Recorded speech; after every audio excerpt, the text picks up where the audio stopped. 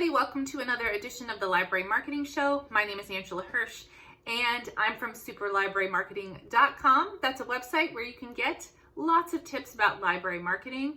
Before we get into today's topic, be sure to let me know if you have a suggestion for a future episode. You can just drop it down in the comments of this video or head to superlibrarymarketing.com and click on the Library Marketing Show tab.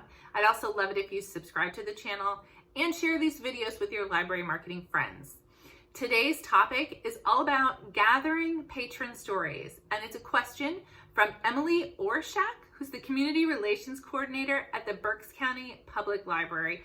And her library is coming up on an anniversary. She's looking to gather some patron stories to use in promotions, which I think is a fantastic idea. And she was curious about maybe the best way to go about doing that. In particular, Emily asked, should I do it using an online survey? And I think that's a great idea. Surveys are fantastic, and they're not as difficult as most people think. The big rule is when you create a survey for someone to answer, just keep it short. You don't want to take up too much of their time or overwhelm them with a bunch of questions. The great thing about a survey is that you can email it to your cardholders. You can provide a link on social media, and that's a great way to get a wide variety of stories from a bunch of different people in a bunch of different places in your service area.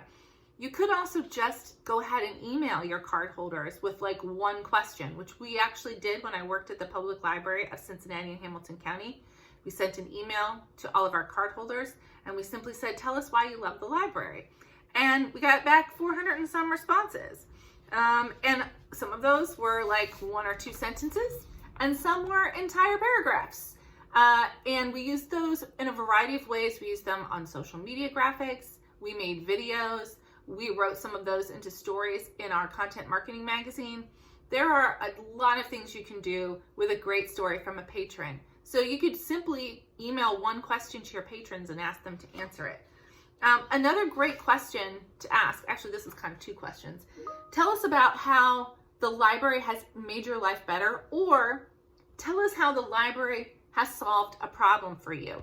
And why those are great questions is that they get a little more specific and they get at the core value of libraries, which is what we are trying to communicate to the public when we're doing advocacy work, when we're trying to secure funding, when we're trying to prove our value to the community. So these are just a little more specific, and you might get some really great responses.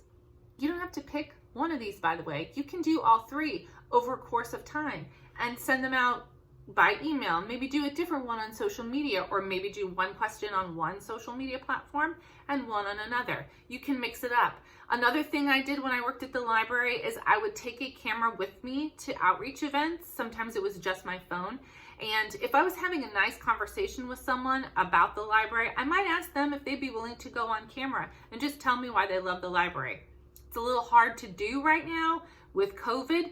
You can ask your patrons to record a video on their phone and email it to you. That would be a lot of fun to work with too. So there's just like a whole bunch of options. I really love that you're trying to gather patron stories, and I think this is something that a lot of libraries could do.